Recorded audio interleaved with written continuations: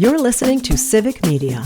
You can tune into any of our live shows on any radio station across the state with the Civic Media app. Find us in your phone's app store and listen anytime, anywhere.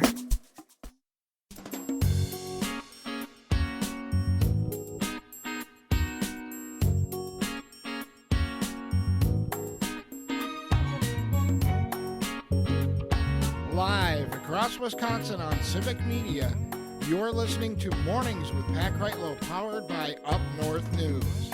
Now, from our Lake Wissota studio, here is the founding editor of Up North News, Pat Kreitlow. And good morning. It is 7:06. Nice to have you here up north on this Friday morning, June 27th, 2025. We've got Parker Olson standing by in Madison Studio A2. Brittany Merlot is getting an early start to the weekend, so I'll simply tell you to continue to monitor your local Civic Media station for your local forecast, which is going to include, by and large, drier conditions for now. But then showers and thunderstorms will return either Saturday afternoon or Saturday evening, depending on where you are, and there is a severe threat that comes along with them. So over the weekend, again, pay attention to your local Civic Media station for more details. From the text line here from Jim in Brookfield, thanks for playing the theme for Captain Kangaroo. Boy, does that take me back to happier times. Thanks. Pam at WFHR, OMG, I knew Captain Kangaroo right away. Haven't heard it in years. And also noted that she had Lori Morgan on WFHR several years ago for an interview.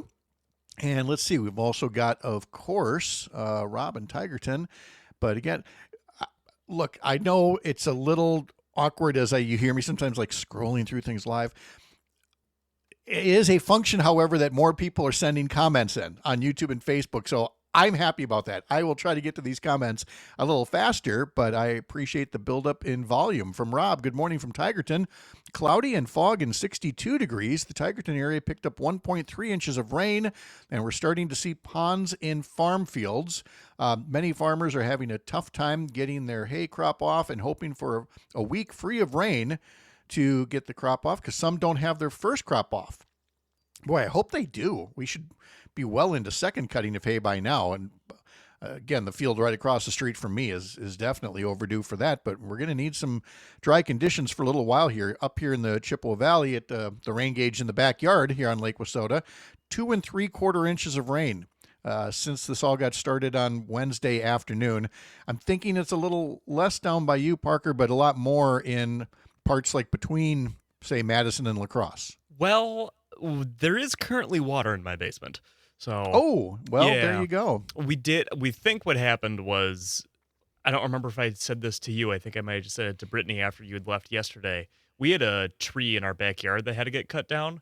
I heard that. Yes. Yeah. So that filled the gutters in the eavesdrops, and we didn't clean it out. So, and our basement tends to get a little water, and we have carpet down there. So our basement flooded for years and years, and it was such a hassle. We finally had a big home project and did something about it. But even now, when it rains as much as it did the past 2 days, we still go down there nervously a couple times a day just to check and hope that we never have to wet vac like that again. Yeah, it's not fun. During our history lesson last hour, in our last segment, Greg Bach joined us, and we talked about my seeing a sleep specialist yesterday, getting on a CPAP machine. Robin Tigerton says he's been on one since 2019, and it works. So a lot of encouragement there. And I'm not going to lie. I got to my Google machine a few times over the past couple of months and have, just been, trying to make sure that what people are telling me is, true, that this is going to make a real difference. And again, there's exceptions to every rule. There's always going to be one or two people, CPAP machine didn't work for me, it was terrible. But I gotta say, by and large, the consensus is I better get on this thing and sleep a lot better, because again, ever since I got the Apple Watch and it sends the data to my phone, and I look at my phone in the morning and I go, I really should be sleeping better, and I could use that. Hey, would you like to win some free Brewers tickets? Can you go to the Brewers Rockies game on Sunday afternoon? Not you, Parker. I can though. I know, but just for the listeners. If you would like a chance to win 4 free tickets in a statewide drawing, it's Free Ticket Friday. Here's the key word to text, PARK, P-A-R-K. Or again, for our Boston listeners, PARK. Send that through the Civic Media app. Text it to us, and you will be part of a statewide drawing for 4 free tickets, club-level seats. Parker used them this week and can testify that these are quality seats. These are quality seats. You got a nice little cushion on there. You know, that's what you need. I don't like those hard seats.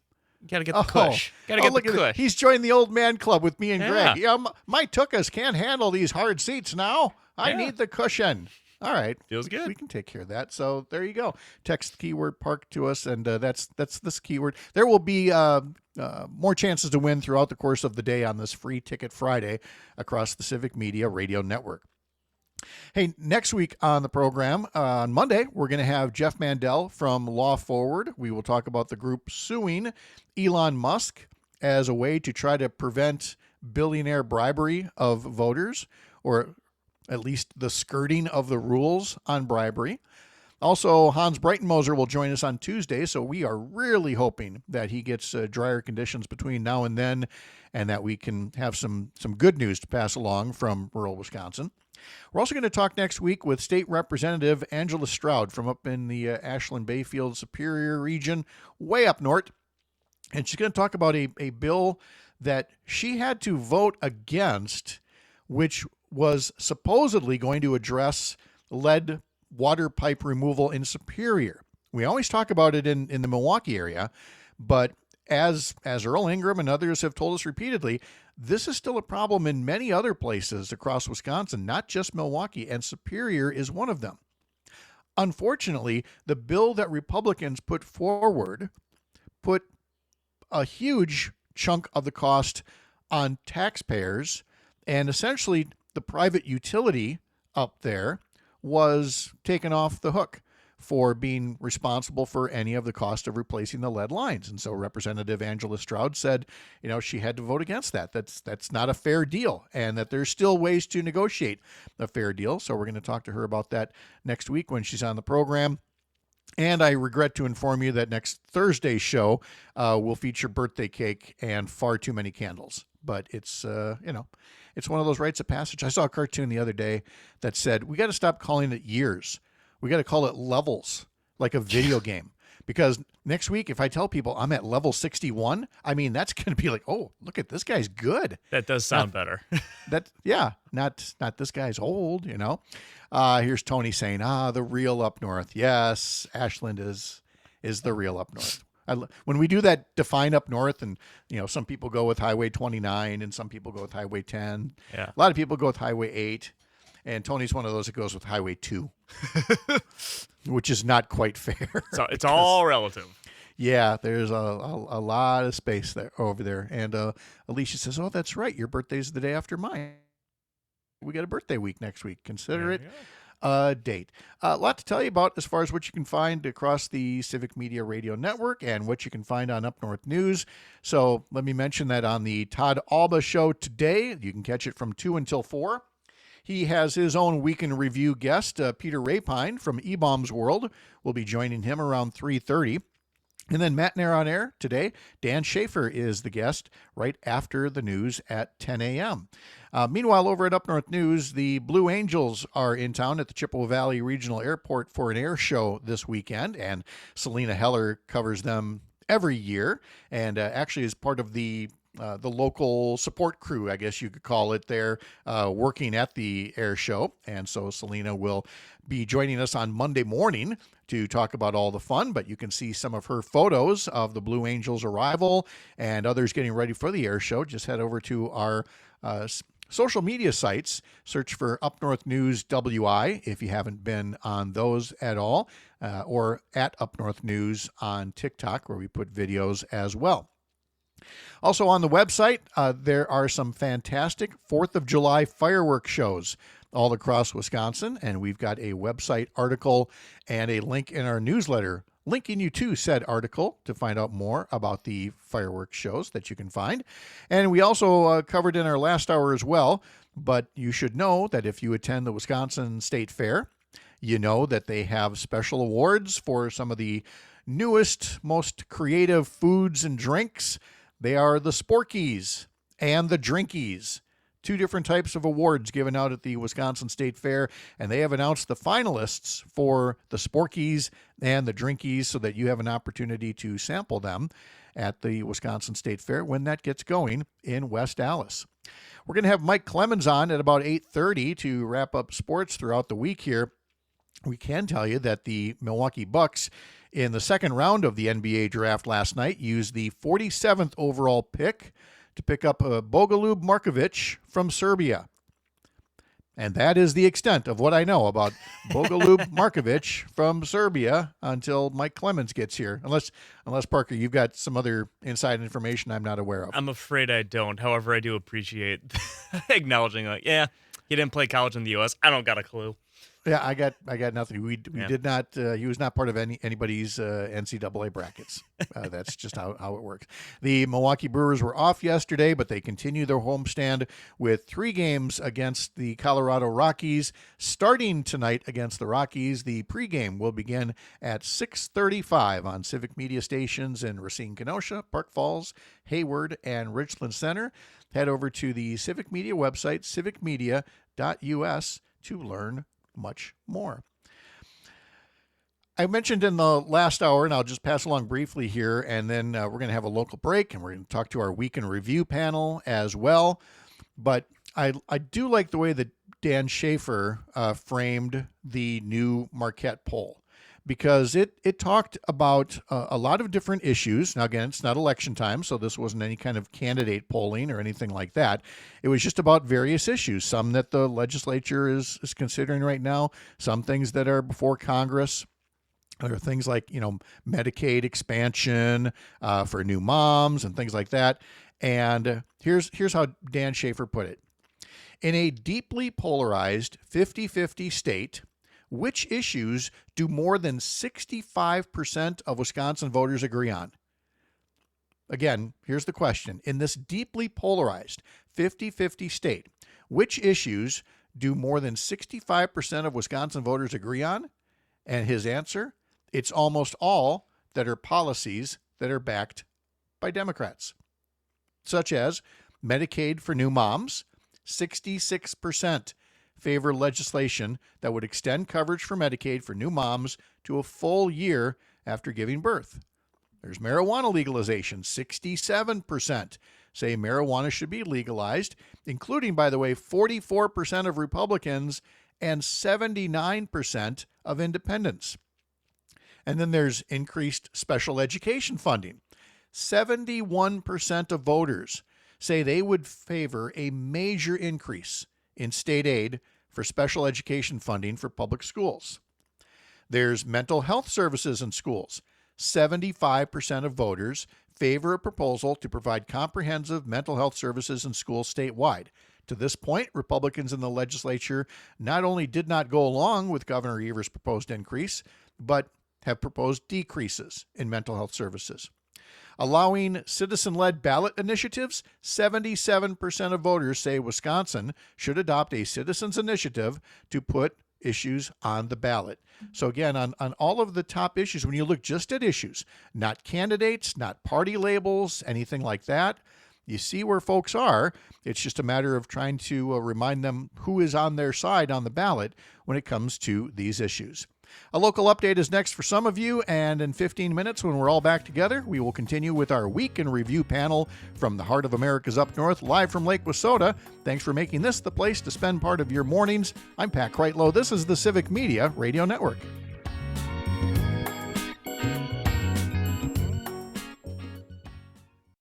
You're listening to Civic Media. Stay up to date on the latest news and information for your local community and Wisconsin by signing up for our free email newsletter. Visit civicmedia.us/email to get started.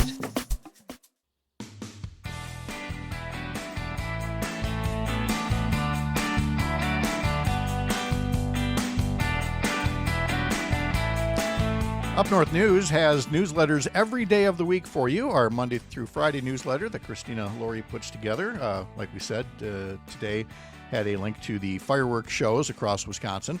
She also does a Saturday sports edition, and then on Sundays I put together one that is politics themed.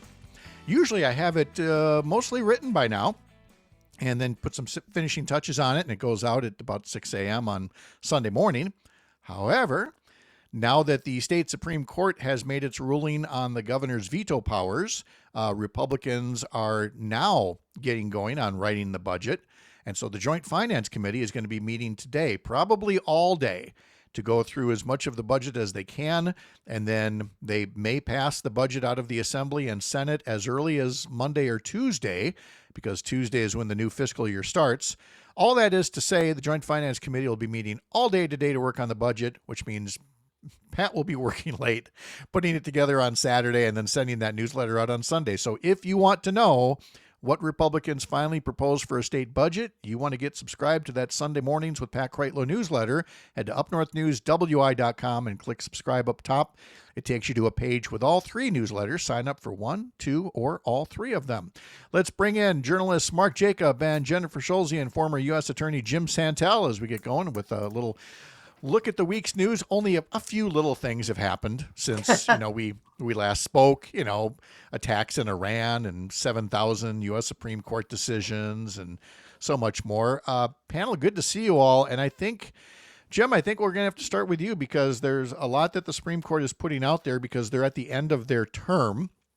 And what say we start with the Medicaid-related one out of South Carolina as it relates to Planned Parenthood. And again, Republicans and conservatives finding ways to get the courts to lock in a very right-wing view of covering health care for women and for all people in this country. That's exactly right. Yesterday, it's a huge opinion having to do not only with Medicaid, but of course, abortion, reproductive rights generally. You've got a governor there who way back in 2018 said that because abortion is murder and it cannot stand in America of this century, he said that for those people, those entities that are benefiting from Medicaid in this time, that the reality is that we're no longer going to offer Medicaid support and services, and eliminated that. Went up to the Supreme Court. The Supreme Court said yes, that under a provider provision of the Medicaid rules and laws and structures there, that the state can do just that. And again, it basically prohibits now the provision of Medicaid services and funding for patients of Planned Parenthood in South Carolina. The concern, of course, it can very easily move into other states as well because the ruling is plainly nationwide.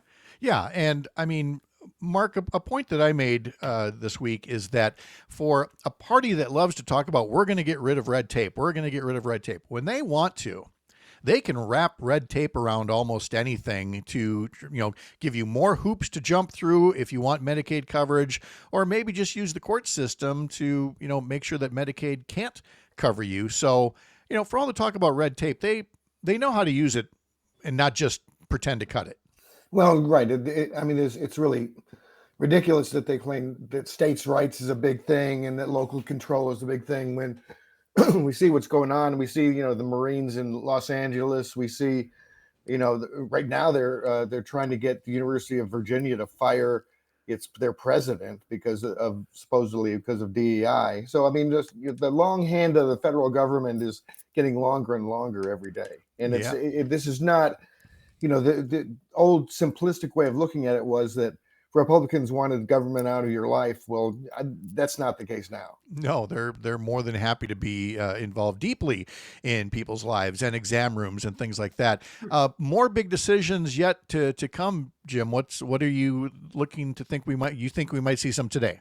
Yes, the Chief Justice has told us that this is their last official day. They don't completely go out of business, obviously, but he's announced that there are 6 more opinions, and these are the big ticket items. Not that there haven't been other ones recently that are equally important, but among them is the issue relating to birthright citizenship. That one may well depend a whole lot more on whether or not federal judges can impose nationwide or universal injunctions interesting situation there, not only under the 14th Amendment, but more broadly. Other cases out there, there's an Obamacare challenge once again that goes to preventive medicine, whether the task forces that decide whether or not insurance companies are obliged to provide preventive services for, I don't know, things like cancer screenings and other things that keep us healthier and safer, whether those things can stand, that's huge.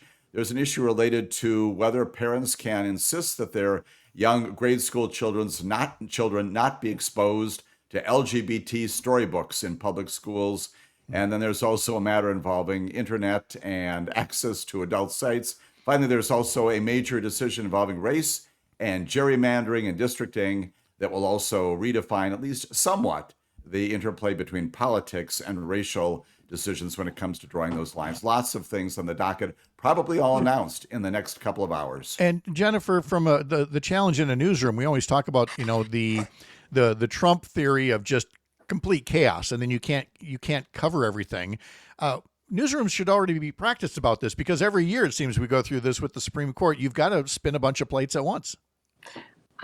Jim knows the answer to this better than I do, but 6 decisions on the last day of the session seems unusual. Mm-hmm. And almost all of them are lead story type things. So I think this is going to be a particularly challenging day, not to mention all of the other tons of just Trump related news that's going to be happening. But I mean, the 14th Amendment, if they make a decision on that, that's, weeks of news. Oh my goodness. We'll have so much more to say about that if it comes down that way. Coming up next, we're going to have much more with our panel. And then in our next hour, Dr. Kristen Lyerly and Emily Cephos will talk about pressure on Governor Evers to veto the state budget bill if it does not meet certain standards for education, healthcare, childcare, and more. I'm Pat Kreitlow. This is the Civic Media Radio Network.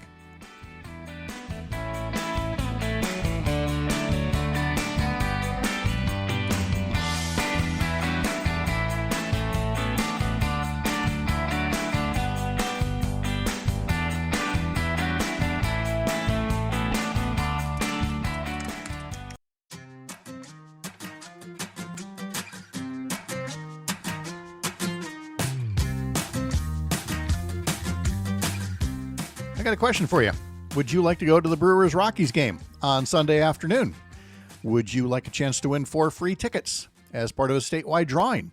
Well, then get yourself over to the Civic Media app, and before the end of the show at 9 o'clock, use that Civic Media app to text us the word PARK, P-A-R-K, and you will be in the running for 4 tickets for this Sunday afternoon's Brewers-Rockies game as part of our Free Ticket Friday here on the Civic Media Radio Network. Up North News is part of Courier Newsroom, and if you head over to couriernewsroom.com, all kinds of news articles, videos, podcasts, newsletters. For example, there is How Is This Better? A new video series with Akilah Hughes this week, Erasing Jackie Robinson. Jackie Robinson broke barriers on the baseball field, but his legacy off the field is under attack. And so Akilah explores how the Trump administration is trying to rewrite history in its crusade against diversity, equity, and inclusion, and why it's important to defend history and what those DEI efforts are designed to achieve. Also at Courier Newsroom, you can get the newsletter from Mark Jacob. It's called Stop the Presses. You can also get it at stopthepresses.news. He also has a video series with Stephen Beschloss called On Target. And this week in the video series, it's about pushing back against gaslighting when going to war, which includes refusing to reflexively accept going to war without facts, which Mark takes us to the Secretary of Defense, Pete Hegseth, who would really like those pesky reporters to just focus on the bombs going boom, not whether the bombs actually did the thing that they said they wanted to do.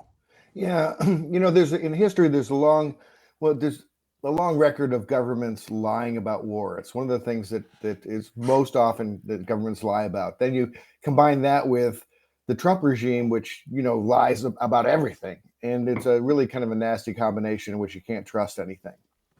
So you have this, this declaration from Trump that the Iranian nukes were obliterated, which is, within, minutes of the bombing, which there's no way that you'd be able to have that determined.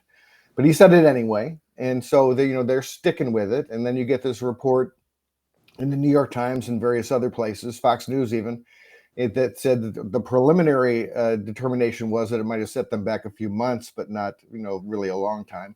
And that enraged Pete Hegseth and Trump. And Hegseth said that they shouldn't report that. Now, this makes no sense to say that this is a preliminary report. You shouldn't talk about this when Trump immediately said that the whole thing was destroyed. So Trump's word is fine, everyone else's is not. And Hegseth even said that the press ought to be waving the flag. That's what he said. Of course. And it gets worse, Jennifer, with the president's lawyer threatening to sue CNN over its coverage of the intelligence report. At least the media is pushing back on this one. And threatening to sue the New York Times also. Right. It says, it reminds me of what they're doing to CBS.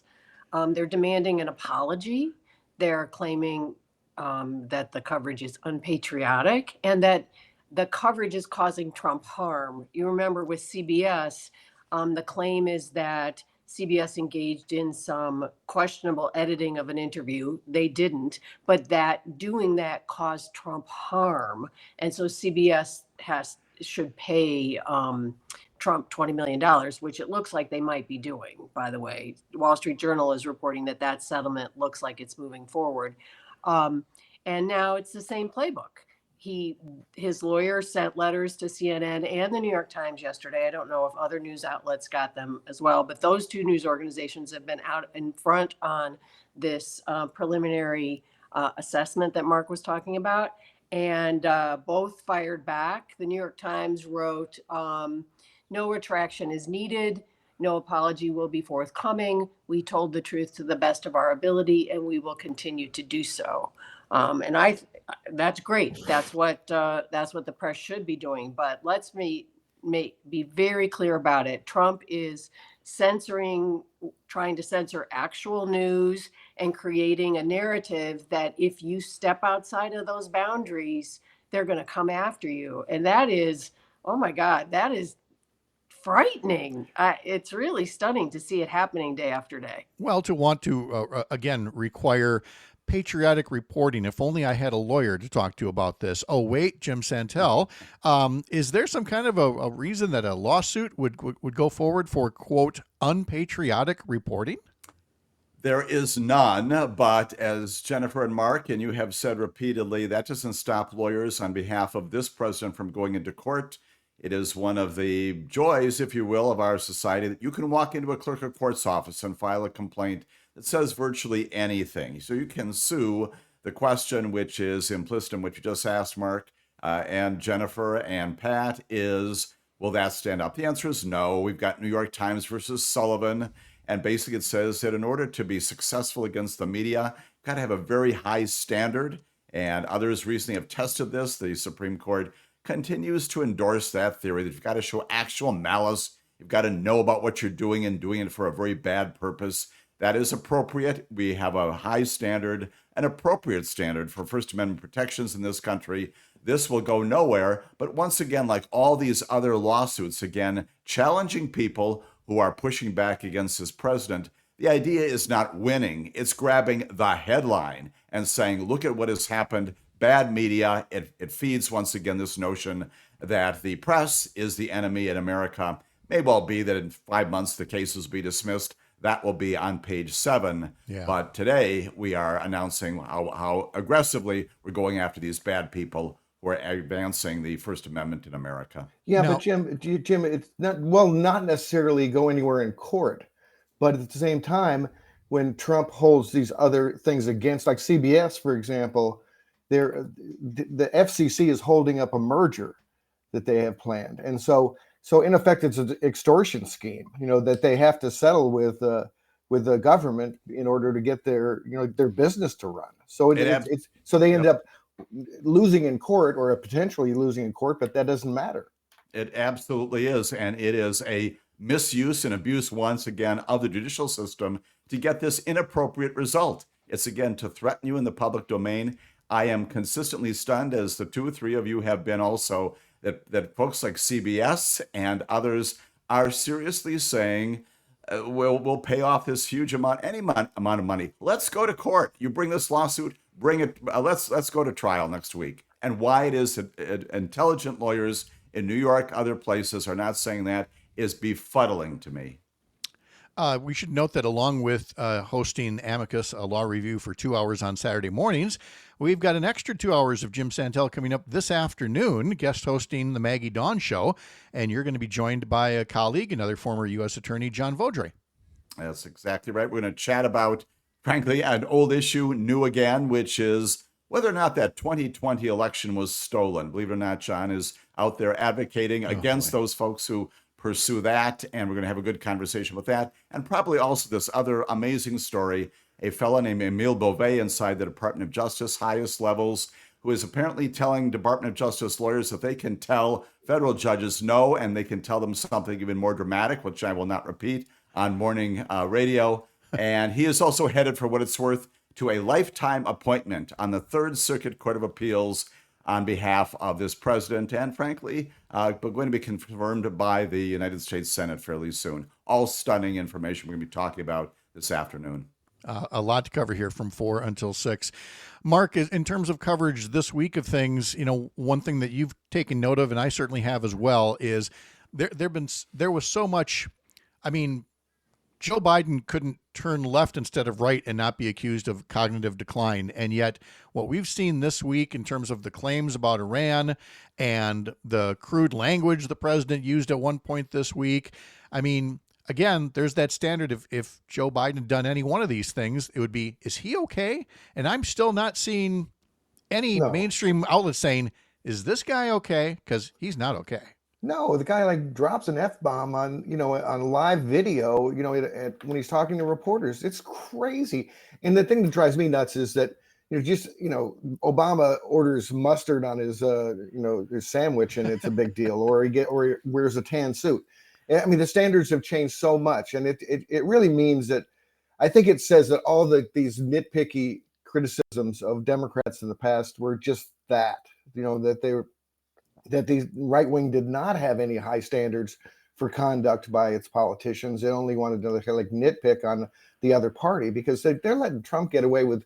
He's also incoherent a lot, and he also just flat out lies. He said yesterday that they weren't changing Medicaid at all. He said He said flat out that they were not changing Medicaid at all, which is just a patently a lie. I mean, just it couldn't be more of a lie.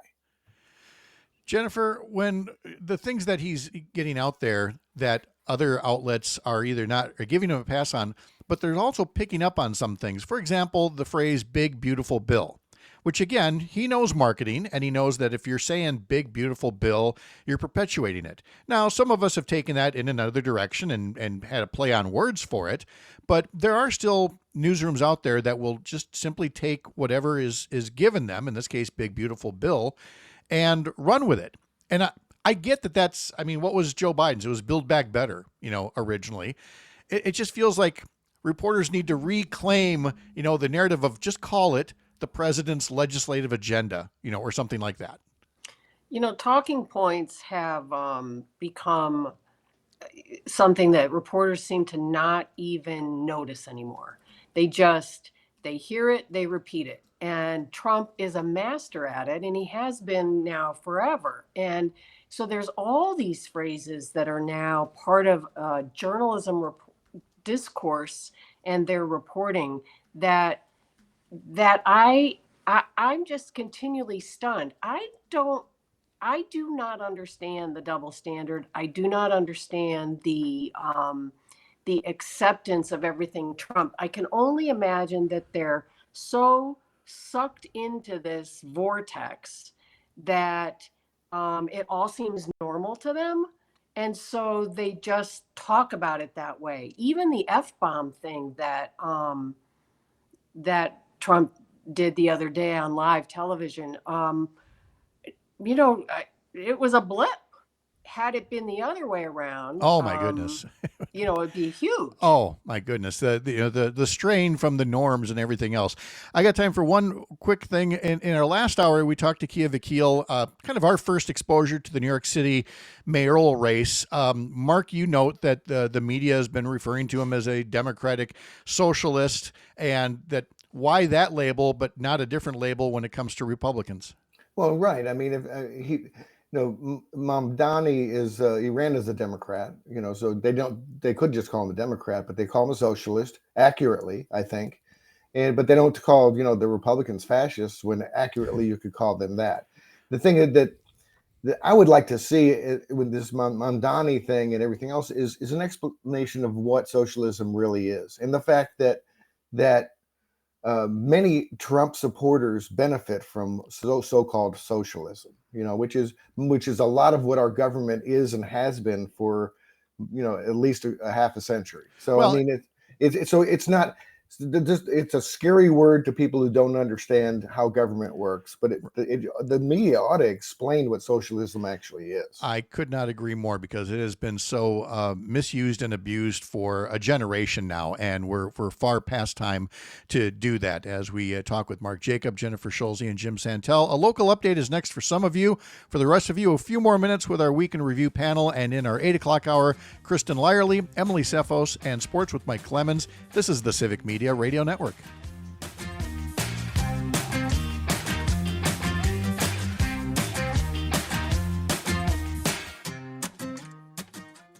You're listening to Civic Media. Find the latest news, information, and archives of all your favorite shows on the Civic Media website, civicmedia.us.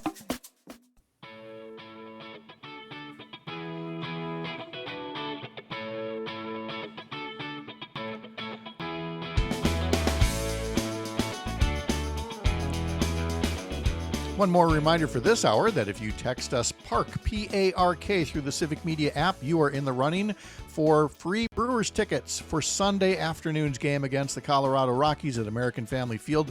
4 tickets, great tickets, great seats. And to enter, just text PARK through the Civic Media app, and there will be other chances to win with keywords throughout the course of the day here on the Civic Media Radio Network. Let's break a little news, a little Civic Media news here, that there will be not just your usual edition of Amicus, a Law Review with Jim Santelle Saturday morning from 9 to 11, but a special bonus edition on Sunday afternoon, Jim. That's exactly right. Just because we won't get through everything, plainly, whether it's this afternoon or certainly tomorrow. We've got all these major decisions, can barely keep up with it, as we indicated before. And so in addition to the live show, call in from listeners, much encouraged on Saturday. Sunday, we're not going to be taking any callers, but we're going to review those cases we did not get to on Saturday. So exactly right, Pat, 2 hours of content this weekend on Civic Media, 2 to 4 Sunday, Saturday morning, 9 to 11. And no small cases once again. I should also mention again, a major redistricting case is going to change once again how we understand line drawing when it comes to districts in America, whether it's race-based, political-based, and that issue also going to be looming large. And frankly, in a couple hours, we'll talk about it this weekend. Jim, the other thing we're not going to get into now because we want to keep things, with Mark and Jennifer here, but I do want you to look back, if you haven't already, at my very sound legal reasoning as to why I think the Wisconsin Supreme Court, even in a unanimous decision, I think they may have missed the mark on this ruling that restricts some of Governor Tony Evers' veto powers. And so if folks missed it, I think it was Thursday morning in the 6:35 segment. Go back and listen to that, and you'll hear a guy who never went to law school, but I read the opinion and I know how to use Google. I should have my own edition of Amateur Amicus, is what it should be.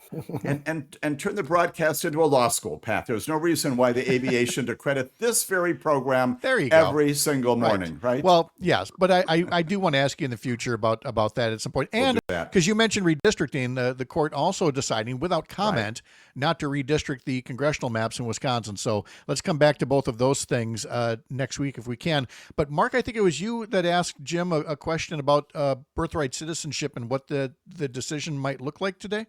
Was that you, Mark? Yeah, I mean, the question is whether they're going to deal with the merits of birthright citizenship or just deal with the issue of whether a federal court can, on the district level, I guess, can nullify or halt a presidential order. So, Jim, what's the deal with that?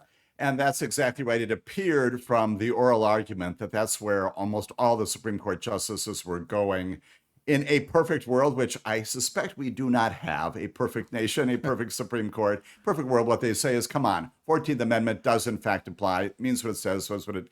But the issue, the larger issue, is whether or not one single federal judge, whether it's in eastern, western Wisconsin, northern Illinois, someplace else around the country, can issue an order and make it applicable to everyone across the country. I think Amy Coney Barrett had it right. They've got to be able to craft some kind of a rule that says, okay, on really big ticket items like things like, am I a citizen in Wisconsin? Am I not a citizen in Illinois? Those kinds of things that capture larger issues, that maybe you can permit federal district court judges, subject to appeal, to issue those kinds of orders. There may be other things, very local in nature, regional in nature, where you say, you can't do that. And indeed, some of the federal judges are doing just that. They're making their judgments applicable only in their particular federal districts, only applicable to the particular plaintiffs who are appearing in front of them.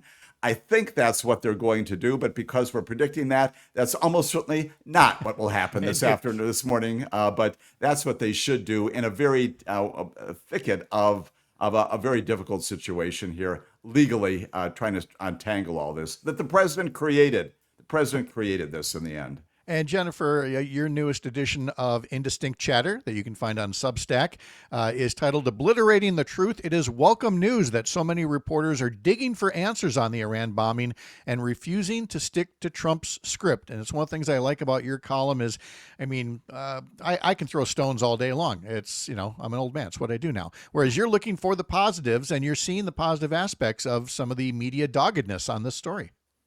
Well, it's something that we haven't seen a lot of. And so when we do, it jumps out a lot. And it did this week. I don't know if it's the topic. I don't know if national security reporters have a different sensibility than, say, political reporters. But it seems like the press was a lot more aggressive this week in getting to the facts of things and not falling for a lot of the PR and talking points from Trump. So I'm encouraged by it. I don't know where it goes from here, but Trump's trying really hard to set his narrative, and some in the press are saying, hold up, there's some facts here that don't go along with that. And so I think that's good news. Are you seeing that as well, Mark, that there's just something about an act of war that has said, okay, this is not a show. We have to use all of our journalism tools and not just the ones that make up infotainment. Well, I think Jennifer makes a really good point that maybe national security reporters are tougher and have a different standard than political reporters. I've long argued that some of Trump's actions should be covered by the criminal reporters, not the political reporters. Because you get a different spin on it and a different approach. So to some extent, I think they have been tougher on him. And one of the things that was really surprising with the Hegseth thing yesterday is he went after a Fox News reporter, one of the few respected Fox News reporters, Jennifer Griffin. Well, and that didn't surprise me because, well, first off, it's Pete Hegseth, but that has been the way that they go, is you just attack the media, and if you make them look bad enough. But we've seen that in authoritarian playbooks, from Hungary, Russia onward, and it's just nice to see that folks aren't taking the bait as easily as they used to. Mark Jacob, Jennifer Schulze, Jim Santelle, thank you again so much. I really appreciate it. I'll miss you next week for the 4th of July, but we'll see you in a couple of weeks. It's a pleasure. See you then. All right. Happy 4th, everybody. Coming up in our 8 o'clock hour, Kristen Lyerly, Emily Cephos, and Mike Clemens has sports. Remember, you can follow my team all day long at upnorthnewswi.com. We'll be back.